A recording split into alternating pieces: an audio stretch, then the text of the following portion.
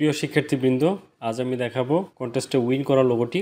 তো শুরু করা যাক। তো প্রথমে আমাকে এই ডিজাইনটি এখান থেকে কপি করতে হবে।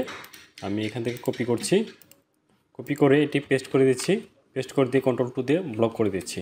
ওকে, এখন আমি এই আইকনটি তৈরি করব। তো আইকনটি তৈরি করার জন্য আমাকে এইখান থেকে দেখেন পলিগন টুল নিতে হবে। পলিগন টুল নেওয়ার সময় অল্টার শিফটে ধরে, কিবোর্ডের অল্টার শিফটে ধরে টান দিতে হবে। এভাবে টান দেওয়া হয়ে গেলে এটা আমি সিলেকশন টুল ধরে শিফটে ধরে ঘুরিয়ে দিচ্ছি। ঘোরানো হয়ে গেলে আমাকে উপর দিকে একটু টান দিতে হবে। টান দেওয়া হয়ে গেলে উপরে যে অ্যাঙ্করটি এটি আমি রিমুভ করে দিব। এইখান থেকে দেখেন ডিলিট অ্যাঙ্কর পয়েন্ট, তারপর এখানে ক্লিক করব। এটুকু শেষ হলে আমাকে এরকম একটি শেপ তৈরি করতে হবে। এর জন্য আমাকে কি করতে হবে, অবজেক্টে যেতে হবে। অবজেক্টে যাওয়ার আগে আমাকে এটা সিলেক্ট করে নিতে হবে। তারপর অবজেক্টে গিয়ে পাথ অফসেট পাথ করতে হবে। অফসেট পাথ করার পর এখানে -0.2 দিতে হবে।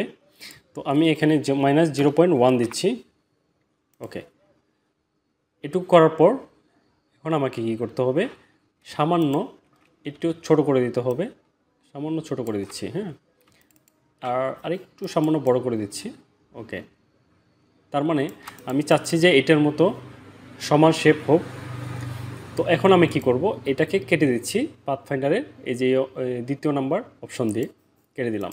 ওকে, এখন আমাকে এরকম মাঝখান দিয়ে একটি ফাঁকা করতে হবে। তো এই ফাঁকা করার জন্য আমাকে এখান থেকে একটি রেক্ট্যাঙ্গেল নিতে হবে। তো এটুকু নিলাম, একটু সামান্য বড় করে দিচ্ছি। ওকে, তো এখন আমাকে কি করতে, সবগুলো একসাথে ধরে সিলেকশন টুল দিয়ে অ্যালাইন করতে হবে। অ্যালাইন করে দিয়ে এটি দিয়ে কাটতে হবে। কেটে দিচ্ছি। কাটা শেষ হলে আমাকে এরকম একটি শেপ তৈরি করতে হবে, দুটি শেপ তৈরি করতে হবে। হ্যাঁ, আমি রেক্ট্যাঙ্গেল নিচ্ছি, এখান থেকে রেক্ট্যাঙ্গেল নিয়ে টান দিব।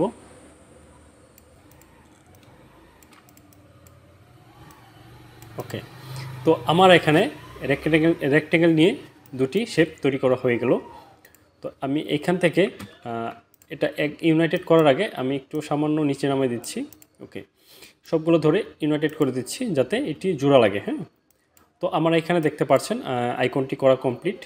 একটু সামান্য, হ্যাঁ, ওকে, তো আইকনটি আমার এখানে করা কমপ্লিট। আমাকে এখন নিচে টেক্সটগুলো বসাতে হবে। তো টেক্সটগুলো কোথায় পাবেন আমি দেখিয়ে দিচ্ছি। ডেসক্রিপশনে যাবেন, ডেসক্রিপশনে গিয়ে দেখেন এখানে ফুল নাম দেওয়া আছে। তো আমি এখান থেকে কপি করে নিচ্ছি। কপি করে এখানে পেস্ট করে দিব, Ctrl+V দিয়ে পেস্ট করে দিচ্ছি। তো উপরের উপরে যে লেখাগুলো এটি আমি আলাদা করছি এবং নিচের যে লেখাটা এটাও আমি আলাদা করছি। ওকে, এটুকু দুটো করা শেষ হলে আমি ফন্ট দিব। এখান থেকে রোবোটো ফন্ট, বোল্ড, আর এই সবগুলো একসাথে ধরে আমি এখান থেকে চেঞ্জকে সাপারকে করে দিচ্ছি। ওকে, তো এটি আমি ক্রিয়েট আউটলাইন করে দিয়ে টান দিয়ে বড় করব। আচ্ছা, নিচের যে লেখাটি এটি অন্য ফন্ট, আমি নেক্সা ফন্ট দিয়ে দিচ্ছি, নেক্সা রেগুলার। ওকে, নেক্সা রেগুলার না করে আমি নেক্সা বোল্ড করে দিব। হ্যাঁ, নেক্সা বোল্ড। ওকে, এটুকু করা শেষ হলে এখন এইখানে দেখতে পাচ্ছেন এখানে স্পেস ছিল অনেক, তো আমি স্পেস ছাড়াই দিয়েছি। তো নিচেরটা আমি একটু স্পেস দিয়ে দিচ্ছি, Ctrl+T দিয়ে এখানে স্পেস করে দিচ্ছি 100 করে দিলাম। তারপর ক্রিয়েট আউটলাইন করে দিয়ে শিফটে ধরে ছোট করে দিচ্ছি। ওকে, এবং এটিকে একসাথে করে আমি অ্যালাইন করে দিব। নিচের লেখাটি আরেকটু ছোট করে দিচ্ছি। ওকে, এবং এই আইকনটি আমি ঠিক করে বসাই, অ্যালাইন করে দিব। অ্যালাইন করে দিয়ে এটিকে আমি আরেকটু সামান্য বড় করে উপরে উঠে দিচ্ছি। নিচের লেখাটা নিচে নামিয়ে দিচ্ছি। Ctrl+Alt+2 দিয়ে এই যে লগোটি আমি সরিয়ে দিচ্ছি।